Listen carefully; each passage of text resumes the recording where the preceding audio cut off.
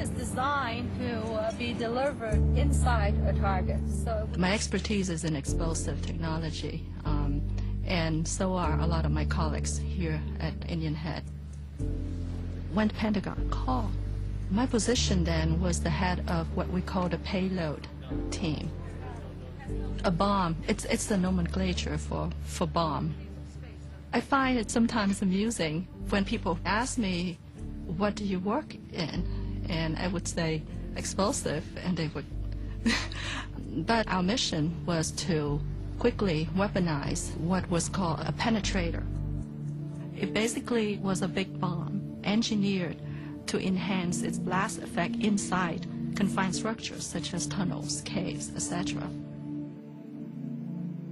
We're going to attack somebody. We're going to bomb someplace. There's no question about that. The question is, where are we going to do it and why? Do you think that after an adversary gets nuclear weapons is a better time to engage that adversary than now without?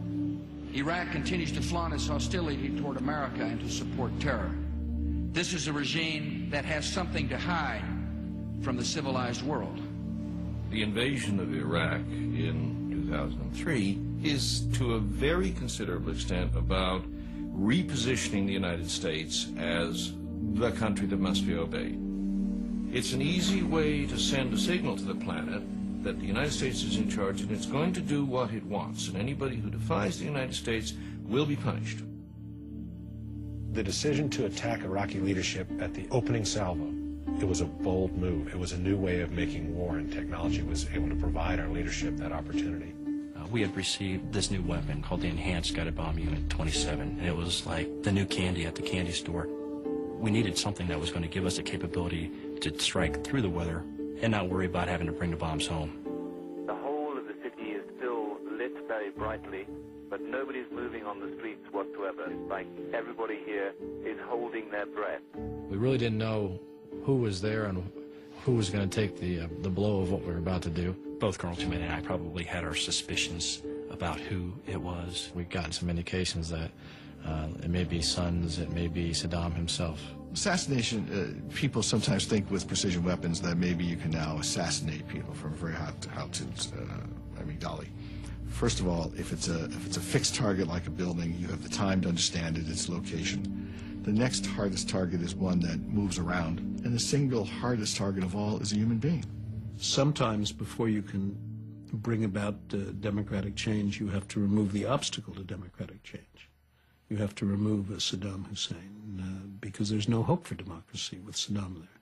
The point in many ways for these guys wasn't just to topple Saddam, it was to transform the Middle East. They want to take the U.S. military and go in and shore up American interest in the key area of the world.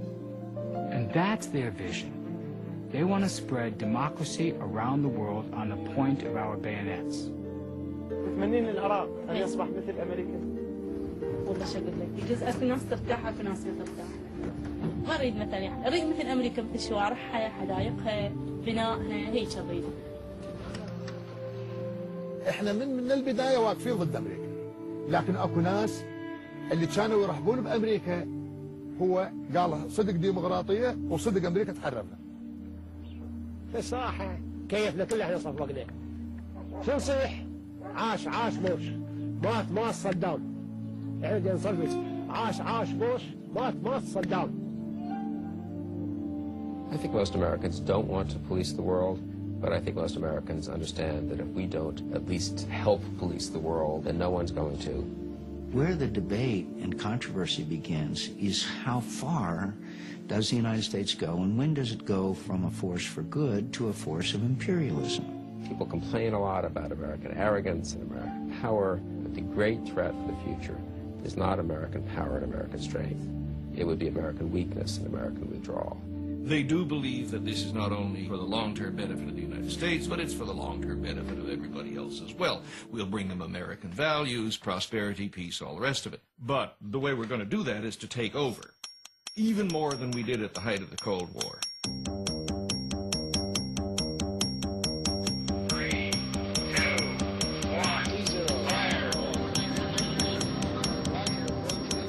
After the Second World War, the United States literally divided the world up into commands.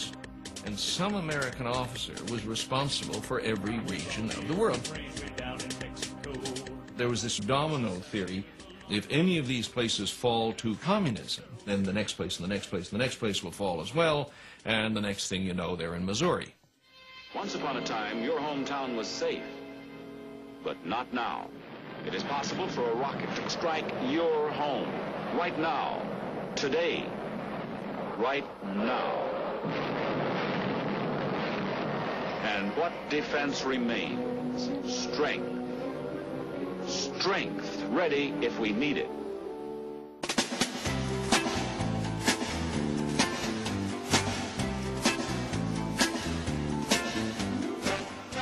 When my dad first became president, he came in at the real beginning of the thermonuclear age. I think we have to put the 1950s into perspective. We look back today and we think the 1950s was a period of Elvis Presley and poodle skirts. But in fact, it was a very dangerous period of time. Defense budgets throughout the Western world doubled or tripled in the 4 years between 48 and 52. The Soviets are outproducing America's aircraft factory. There is a threat, but we can't measure how much is enough defense spending to stop the Soviet Union. So by the time Eisenhower is president, there is a huge new flow of cash into defense industries. He was the first to acknowledge that a permanent military establishment would be required during this period, but then unless we could find some kind of breakthrough, that in fact it would end up creating a terrible cost. The cost of one modern heavy bomber is this: a modern brick school in more than 30 cities. It has 2 electric power plants, each serving a town of 60,000 population. It has 2 fine, fully equipped hospitals. This is not a way of life at all, in any true sense.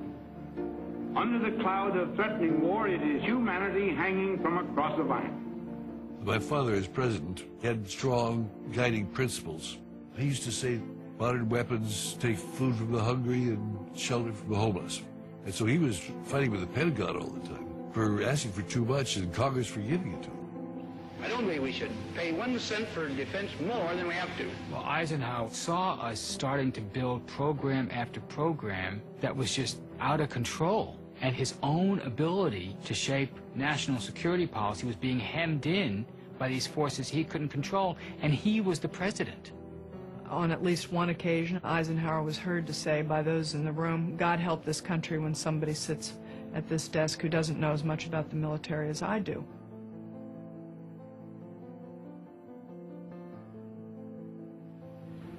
My fellow Americans, this evening I come to you with a message of leave-taking and farewell, and to share a few final thoughts with you, my countrymen. We have been compelled to create a permanent armaments industry of vast proportions. 3.5 million men and women are directly engaged in the defense establishment. The total influence, economic, political, even spiritual, is felt in every city, every state house, every office of the federal government. We recognize the imperative need for this development, yet we must not fail to comprehend its grave implications. In the councils of government, we must guard against the acquisition of unwarranted influence, whether sought or unsought, by the military-industrial complex. The potential for the disastrous rise of misplaced power exists and will persist. You have to realize this is